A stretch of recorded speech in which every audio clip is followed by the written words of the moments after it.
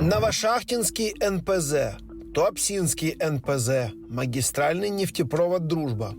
Это далеко не полный список объектов нефтеперерабатывающей промышленности РФ, которые подверглись атакам украинских дронов и ракет в 2024 году. За прошлый год ВСУ осуществило более 80 атак по нефтеперерабатывающим предприятиям и топливным базам, находящимся на территории России, аннексированном Крыму и на оккупированных территориях Украины. Начало 2025-го для отрасли, которая напрямую финансирует войну РФ в Украине, стало еще более кошмарным. Количество атак только увеличилось. Количество НПЗ, заводов, по которым нанесены удары нашими средствами беспилотными, ударными, составляет половина от НПЗ. И, то есть, если бы нам удалось бы их подавить, а не, пошкодить, как это по-русски? Повредить. Да, повредить, то вообще это касалось более чем 50%. То есть путь выбранный правильный. Привело это на 14%, по-моему, там снижение выработки. С начала 2025 года ВСУ атаковали как минимум 27 топливно-энергетических объектов в 16 регионах России. Больше всего ударов по НПЗ в Краснодарском крае, как минимум 5 обстрелов. Под обстрелы также попали объекты в Брянской, Белгородской, Нижегородской, Смоленской, Волгоградской, Ростовской, Калужской, Саратовской, Рязанской, Орловской, Воронежской, Астраханской, Самарской, Тульской областях и Республике Татарстан. Под ударом оказались как НПЗ, которые обеспечивают поставку топлива для российской военной техники, так и заводы, обеспечивающие топливом внутренний рынок. Важный экономический фактор от ударов по российским НПЗ отметил и президент Украины Владимир Зеленский. На каждые $2, вложенные в нашу дальнобойность, мы уже получаем почти $10 российских убытков. Это нужная динамика. Россия должна чувствовать цену войны, чтобы действительно захотеть мира. Серии атак дронов привели к внеплановым ремонтом оборудования в условиях технологических санкций Запада. Еще в прошлом году атаки украинских БПЛА обрушили производство на российских НПЗ до 12-летнего минимума. В 2025 году количество налетов только увеличилось, и это приведет к еще большему спаду.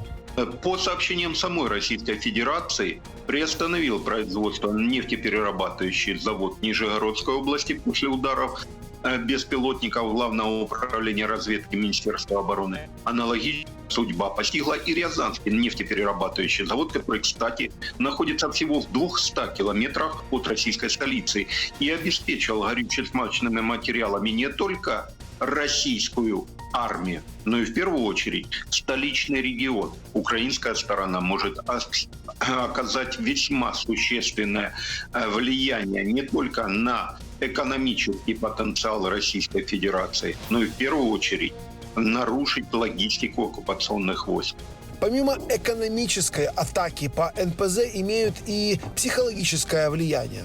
Россияне видят войну не только по телевизору, что она где-то далеко, а рядом, прямо у них под домом. Кроме воздействия, скажем, экономического и военного, есть и морально-психологический. Представители глубинного народа также наблюдают, что война — это не только по телевизору, а может быть и где-то рядом.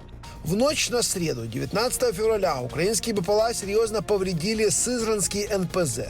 Работа завода, который производил топливо, авиационный керосин и битум, и играл важную роль в снабжении армии РФ, приостановлена на неопределенный срок. И такая участь ждет все НПЗ агрессора. Авиационный эксперт, офицер воздушных сил Вооруженных сил Украины в резерве Анатолий Храпчинский присоединяется к нашему эфиру. Анатолий, рад приветствовать. Приветствую. Атаки украинских дронов становятся все чаще, все эффективнее, эффектнее в некотором роде. Но не только дронами едиными. Украине есть что представить и в мире, и что представить оккупантам в качестве ответа на их военные преступления. В частности, на форуме Defense Tech Innovation 2025 года была представлена ракета «Трембита». Расскажи, пожалуйста, подробнее о ней. опять же, в рамках дозволенного, то, что уже озвучивали непосредственно сами производители данной ракеты, тут я бы хотел бы сказать, что в принципе для понимания, просто это ракета, которая может работать там, до 140 километров на расстоянии, глубину до 140 километров, нести при этом 20 килограмм термобаричного либо же осколково-фугасного боеприпаса. И самое, наверное, главное, это стоимость этой ракеты, которая может равняться там, от 10 до 15 тысяч долларов. Для сравнения, ракеты к пусковым системам HIMARS, GMRS, стоит порядка 168 тысяч долларов. Понятно, что там есть некоторые ракеты, которые работают тоже на это же расстоянии, но при этом, да, могут нести больше боеприпасов. Но тут мы говорим о собственном возможностях, собственном производстве. И я бы сказал, что Тримбит — это не единственная ракета, которая будет выпускаться в Украине.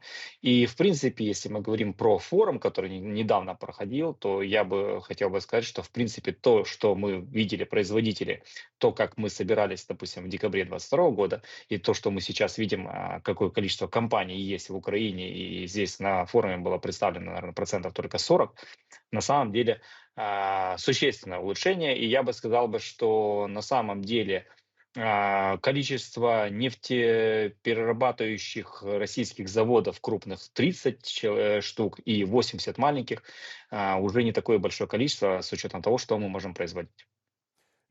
Трембита, то, что успел вычитать, я так понимаю, что она базируется на таком прицепе, на котором помещается до 6 ракет. То есть, получается, это такая мини-реактивная система залпового огня? Ну, не совсем, потому что это ракеты класса «Земля-Земля». То есть мы говорим о том, что есть ракеты, которые запускаются с воздушных платформ, есть ракеты, которые запускаются с наземных платформ. То есть это, можно сказать, такой украинский «Хаймерс», вот, который позволяет нам работать на глубину 140 километров. Данная комплектация. Но опять же, мы говорим о том, что мы активно технологически развиваемся, и есть ракеты, которые работают, допустим, если мы говорим про Тримбиту, она средняя скорость полета до 400 км в час. Есть в Украине ракеты, которые работают уже на 800 км в час. И я бы сказал, что, в принципе, 24 год, конец 24 года, когда было уже публично заявлено о возможностях Украины и работе на реактивной тяге, потому что на самом деле, разрабатывая некоторые системы, инерционные системы навигации для наших дронов, которые работали на обыкновенных ДВСах, мы уже тогда предусматривали возможность работы данных инерционных систем на скоростях там 1,8 Маха. То есть мы говорим о том, что это уже существенно большие скорости, которые позволят нам и дальше усовершенствовать наши ударные возможности. И на данном этапе, учитывая политическую обстановку, я бы сказал, что в принципе сейчас, после того, когда Европа протерла глаза наконец-то и увидев позицию Соединенных Штатов, сейчас должна активнее помогать и участвовать, и быть больше заинтересована в трансферах технологий, я думаю, что совсем скоро мы, возможно, увидим уже украинско-французский Storm Shadow, либо же украинско-немецкий Таурус. То есть это в любом случае произойдет, потому что Европа, в принципе, понимает, что безопасность Европы — это те возможности, которые есть в Украине, потому что, в принципе, наши военнослужащие сейчас наиболее подготовленные в мире военнослужащие, которые могут на самом деле хорошо научить даже европейских военнослужащих работать на тех системах, на которых они, в принципе, все время работали. Да, как минимум уровень опыта украинских военнослужащих сейчас просто превышает любой уровень опыта любых действующих армий мира. Естественно, повышается уровень самостоятельности Украины, в том числе благодаря развитию собственного ВПК, новые типы вооружений, которые мы видим, украинского производства или совместного производства с нашими партнерами. Однако зависимость от западных вооружений или западных технологий все еще имеется, к сожалению, она чувствуется. И в этой связи не особо приятным, что ли, является сообщение Бельгии о том, что откладывается передача Украине истребителей F-16 как минимум до конца 2025 года. Поправьте, если не ошибаюсь. По-моему, до конца 2024 года изначально планировалось передать Украине, Бельгии, эти самолеты. До 2025 года теперь откладывают. Если говорить про Бельгию непосредственно, то Бельгия, мы на этапе договоренности о передаче данного типа самолетов, мы уже знали, что Бельгия может быть задержка существенная, потому что Бельгия существенно зависит от поставки F-35. То есть мы говорим о том, что в принципе Если рассматривать там Нидерланды, Дания, Норвегия и Бельгия, то Бельгия уже мы предусматривали это возможность задержки с поставками самолетов, и тут не нужно связывать это с какими-либо политическими ситуациями в Соединенных Штатах, это исключительно ситуация задержки поставки изготовления самолетов F-35, потому что сейчас большая очередь идет на эти самолеты, Польша сейчас их будет получать тоже, те же Нидерланды, та же Дания тоже получают эти самолеты. Поэтому тут я бы сказал, что в принципе 30 самолетов от Бельгии, которые задерживаются, сейчас не есть критической ситуацией. Главное, чтобы Нидерланды продолжили поставку, Дания продолжила поставку и Норвегия.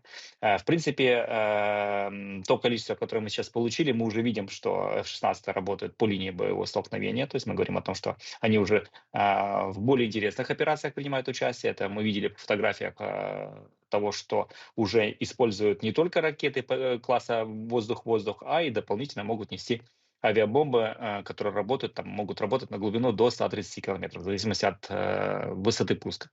Поэтому я бы сказал, что тут и плюс давайте напомним о том, что мы получили «Миражи», Кстати, я о которые «Миражах» тоже только хотел хорошо... спросить, да, как они себя зарекомендовали? Все-таки значительная На партия. самом деле, «Мираж 2005F», он мы всех очень, мы вот все украинцы, безусловно, хотят увидеть уже под крылом F-16 ракеты «Джасамс», которые летят на 900 километров, под крылом «Миража» мы хотим увидеть «Шторм Шэдоу», который летит там на 650 километров, ну давайте так, то, что нам дозволено, на 300 в любом случае, и «Джасамс», и «Шторм Шэдоу» проработать могут. И это мы хотим. Но в данном этапе, если мы говорим про F-16, то нужно понимать, что эти ракеты нам пока что еще не передали. Если мы говорим про «Миражи», то, в принципе, ракеты «Шторм Шэдоу» мы используем из-под крыла Су-24, но мы используем их не на 100%, потому что самолеты были переоборудованы. В данном случае про «Миражи 2005F» нужно было бы сказать, что, в принципе, этот самолет не предусматривает эксплуатацию данного типа ракет как основного средства вооружения. То есть он предусматривает возможность несения ракет класса воздух-воздух, авиабомб, тех же французских «Хаммеров» и авиабомб с лазерной подсветкой. То есть мы тоже говорим о том, что в принципе эти самолеты могут работать на глубину до 130 километров, запуская крылатые авиабомбы. Но есть одна надежда, это то, что эти самолеты модернизировались перед отправкой в Украину. Относительно модернизации, тут нужно сказать, что в принципе здесь есть необходимость в доработке некоторых возможностей, а это имеется в виду непосредственно про возможность налаживания связи между бортом и этой ракетой Storm Shadow. Поэтому тут в принципе есть надежда на то, что возможно можно будет использовать данный тип вооружения на самолетах Миражах. Но опять же, если мы говорим непосредственно о самолетах Мираж, то давайте скажем, что это самолет 4-го плюс поколения, то есть они даже получше некоторых самолетов F-16, которые может нам передать, там, допустим, там, Нидерланды или Норвегия. То есть это гарантированно 4-й плюс самолет, и мы говорим о том, что его характеристики на самом деле позволяют нам работать по широкому спектру задач. При этом, опять же, возвращаемся к глобальному вопросу. Это возможность получения самолетов дальнего радиолокационного обнаружения, самолетов СААП, которые позволят нам, скажем так, дирижировать всем этим оркестром, потому что именно эти самолеты смогут нам в режиме реального времени говорить, где находится вражеское ПВО, где находятся вражеские системы радиоэлектронной борьбы, где находится, допустим, тяжелая техника, и подсвечивать ее, допустим, для нанесения ударов крылатыми бомбами. Тут мы можем говорить о том, что нам уже не интересно, какой блок F-16 используется, то есть там блок 30, блок 50, блок 32. Здесь мы говорим о том, что на данном этапе мы можем использовать ракеты АИМ-120 серии D, которые работают там на 180 плюс километров, исключительно по целеуказанию с самолетов дальнего радиолокационного обнаружения. Либо же с, допустим, самолетов, которые там подсвечиваются за счет того, что они там ближе к той точке, которую нужно уничтожить или перехватить. Поэтому тут я бы сказал, что информация, которую мы недавно услышали со стороны Британии, о том, что Британия предлагает после какого-то сталого мира патрулировать воздушное пространство Украины своими самолетами звучит как минимум очень странно, потому что я думаю, что лучше могут рассказать про то, как нужно использовать такое вооружение именно украинские пилоты, которые умудряются, имея 4 ракеты, сбивать 6 ракет. Ну да, понятно, следует учитывать все поставки, которые уже состоялись, или будущие поставки самолетов. Интересная мысль, которую озвучили вы относительно Бельгии. Есть действительно некие проволочки в производстве F-35, которые должны поступить в Бельгию. Соответственно, поэтому задерживается поставка F-16 в Украину, что не столько зависит от ситуации в Белом доме. Но есть ситуация, которая напрямую зависит от того, что происходит в Белом доме сейчас. Активно разгоняется информация в открытых источниках, в том числе в тех источниках, которые, казалось бы, должны уважать себя и перепроверять информацию, но тем не менее. О том, что есть угроза того, что Соединенные Штаты могут перекрыть Украине доступ к Старлинкам. Теперь, ранее спецслужбы Украины озвучивали предупреждение, согласно которому в ближайшее время следует ожидать шквала дезинформации, которые российские дезинформаторы и пропагандисты будут вбрасывать в информационное пространство не только украинское, но и западных государств других. Вот. Насколько это является вбросом? Или же все-таки существует такая опасность? Ну, уже случаи были, когда Илон Маск там в одностороннем порядке кричал и отключите Starlink. Тут на самом деле нужно понимать, что опять в очередной раз я возвращаюсь к вопросу стратегического мышления и про то, что в принципе мы должны были предусмотреть такие риски, учитывая опять же одиозность Илона Маска. Поэтому я бы сказал, что в принципе, если мы говорим о технологии использования Starlink, на самом деле это упрощенная система связи, которая позволяет нам активно работать на линии боевого столкновения и получать оперативно обмениваться информацией, потому что на самом деле большие массивы, большие объемы данных, которые позволяют нам в режиме реального времени передавать видео с некоторых разведывательных беспилотников, там, разворачивать пункты связи и далее, и далее, и далее, и далее. Но при этом нужно сказать, что в принципе в Украине есть компании, которые занимаются средствами обеспечения связи непосредственно военной связи. И, в принципе, я говорю о том, что это не будет критической проблемой, но это будет проблемой, которую нужно будет решить в кратчайшие сроки. И тут вопрос о возможностях масштабирования некоторых производственных наших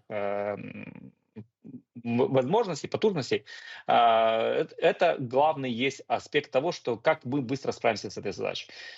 Для того, чтобы понимать на самом деле, что в принципе не единым Старлинком, давайте вернемся, что мы активно ведем боевые действия в Курской Народной Республике, при этом нужно понимать, что технология Старлинка не работает на территории Российской Федерации.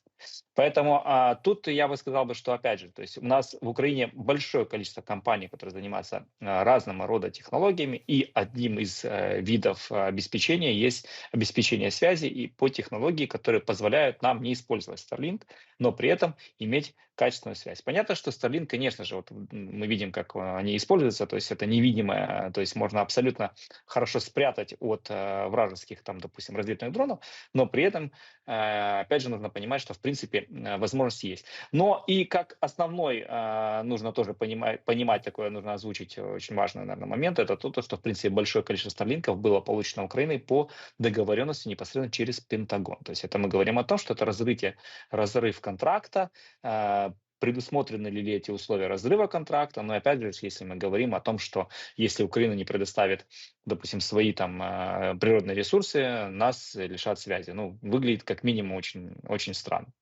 Ну да, поэтому следим за развитием событий без Я лишнего бы хотел бы оптимизма, но и предложить, без да, я бы пессимизма. хотел бы предложить Соединенным Штатам подписать договор о предоставлении украинских ресурсов, полезных ресурсов, именно желательно в Будапеште, потому что это будет очень хорошо, такой хороший меморандум, подписанный очередной в Будапеште. Спасибо большое. Анатолий Храпчинский, авиационный эксперт и офицер воздушных сил Вооруженных сил Украины в резерве, присоединялся к эфиру Freedom. Благодарю.